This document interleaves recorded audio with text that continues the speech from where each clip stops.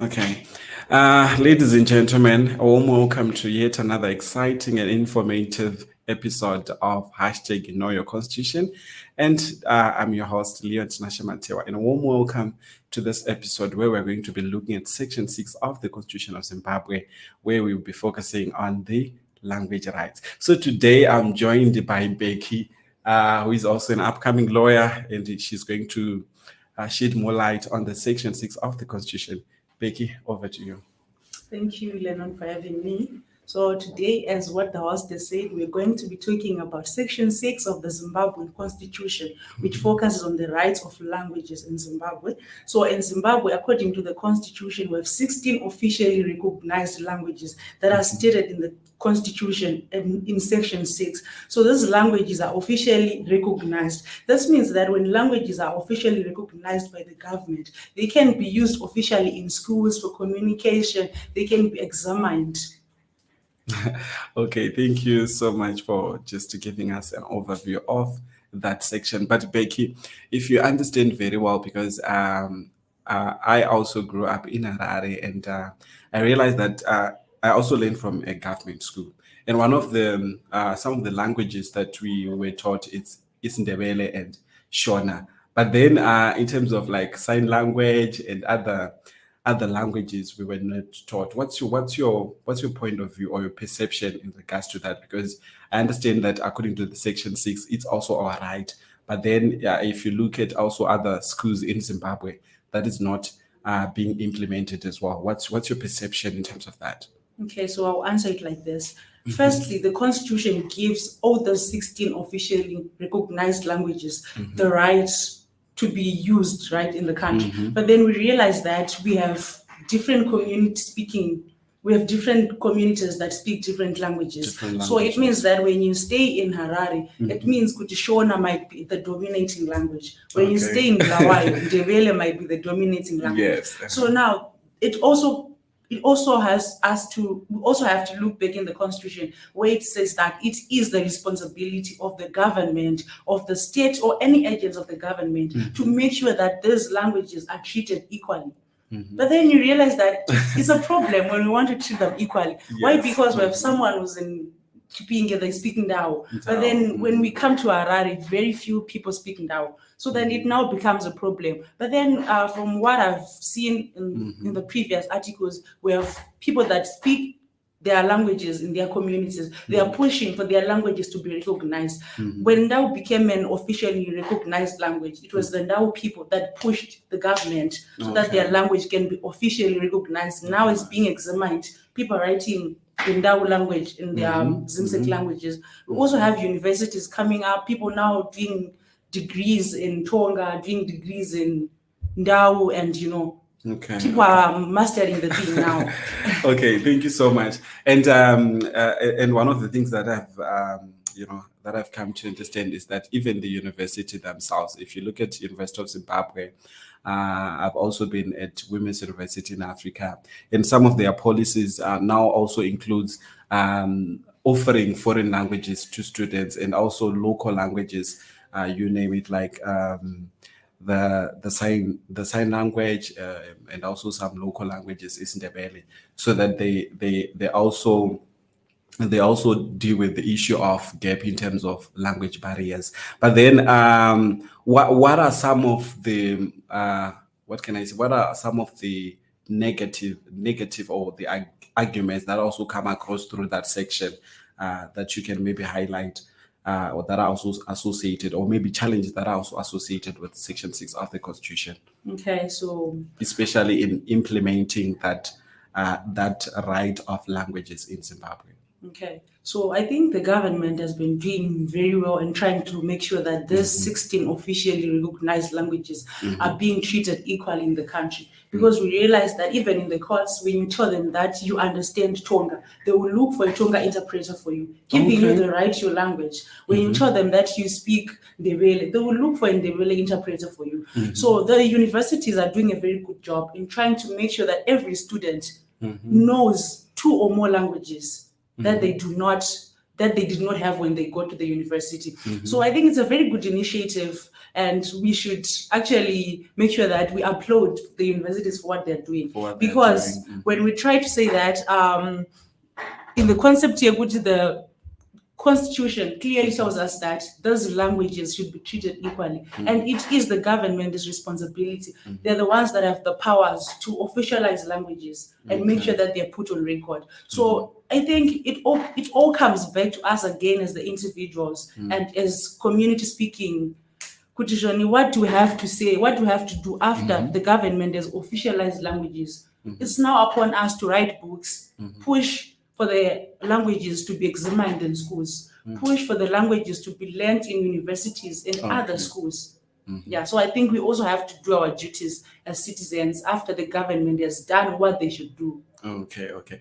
And you actually mentioned something which is a point of interest in terms of the local languages also being offered at university level. But then, Becky, I think you understand that there's a difference, there's a thin line between being taught something and being able to actually implement it, being practical about it. Like if you look at local languages that like Isindebele, I can be taught to speak Isindebele and to write it, but it's a different thing when I must be able to speak that language. What is the situation like in terms of universities in Zimbabwe, in terms of offering these local languages? Are they teaching our students to actually speak it and being in a position to write it as well?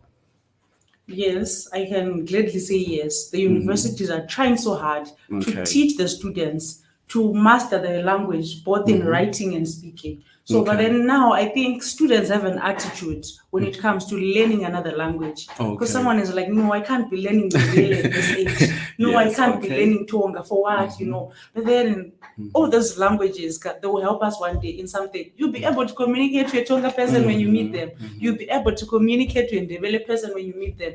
And this also gives us an overview.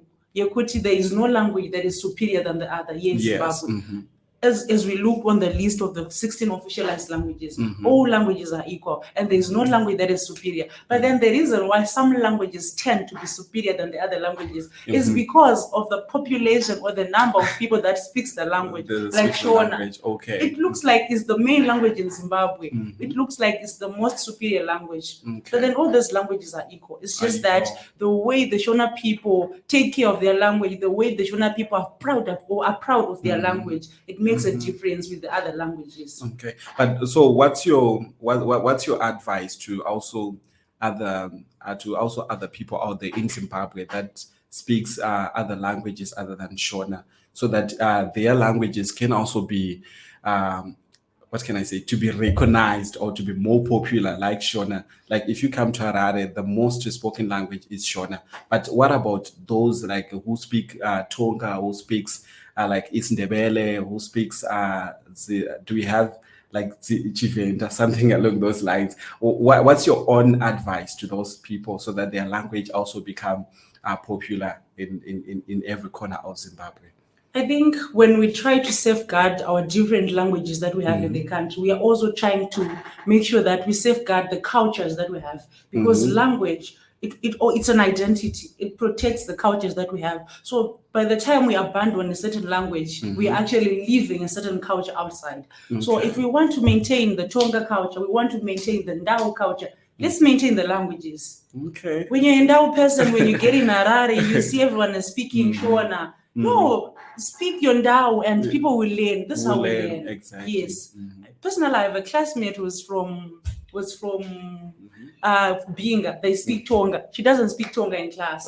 Why? Because she came to Harare where everyone speaks Shona. So she is trying so hard to fit into the Shona speaking community. Where she can also try and also teach us the Tonga so that we are in the same place. We also want to learn. But then because if you don't speak your language, if you're not proud about your language, you see that at one point it's going to end. We are not going to have a generation that speaks Tonga anymore. So we should maintain the lineage, maintain the language, so that we have diversity, we have variety of cultures and show in Zimbabwe. Okay, thank you so much, Becky. But maybe you can also share with other viewers about some of the policies that are in line with the language rights from Section 6? Are there any policies that also talks about the language rights? We have Section 62 in the Zimbabwean Constitution. It also talks about the right to information. So if you do not know your language, if you do not like your language, then how are you going to access information? Okay. I speak now. I need to access information, let's say on SRHR. It has to be now because that's the language that I understand. That's the language that I speak. So yeah, I think the other reason why people really do not value those language rights is because they are not aware, ignorance. So people have to be aware of the language rights. What does the Constitution say? Because the Constitution is the supreme law that governs us as Zimbabweans. So we actually have to take into consideration and make sure that we practice our rights. Okay. Well, viewers, you heard it from Becky, where we were looking at the Section 6 of the Constitution, Amendment number 20 of the Zimbabwe.